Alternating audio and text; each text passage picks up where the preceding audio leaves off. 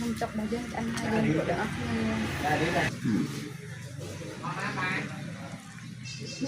nó là bông ô nè ôi miền con tây miền bắc kia nè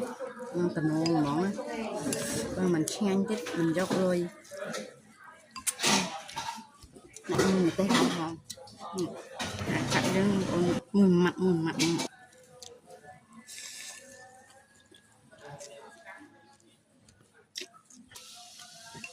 tuyệt mà cái tuyệt bây giờ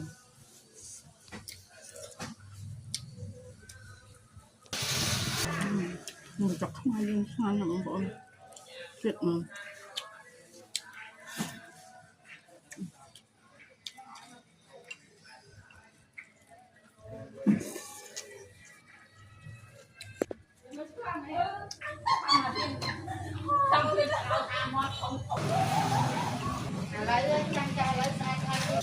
mình chọc lên chọc xuống sang bông ô mình chọc mai lên ở bên xa bông ô để nghe chút chút cái đau cào